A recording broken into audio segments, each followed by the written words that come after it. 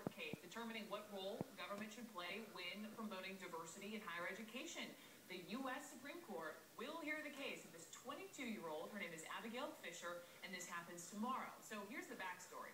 She sued the University of Texas at Austin after her college application was rejected. This was a couple years ago in 2008, claiming racial preference admission policies violate her rights because she's white.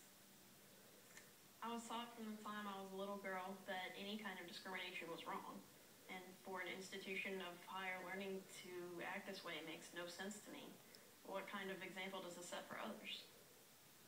CNN legal analyst Sunny Hostin is on the case with me. And Sunny, this comes a decade after the U.S. Supreme Court approved the use of race as a factor in college admissions. What's different about this case? Well, I've got to tell you, it's sort of, the issue remains the same, pretty much. Whether or not race can be used as a factor, just one of many factors in determining the admission of a student.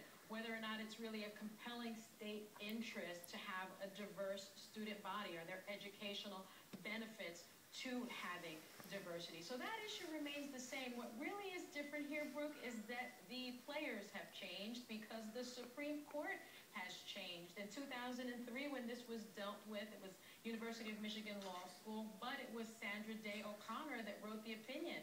She retired in 2006, and she was replaced by Justice Alito. So the players have changed, and their decisions could be different based on that, I believe. Speaking of the players, though, Justice Anthony Kennedy, he's very much so still around, and he was a dissenter, in the last case that dealt with affirmative action. Might he likely be, we talk about Justice Kennedy being the swing vote a lot, might he be the deciding vote this time around?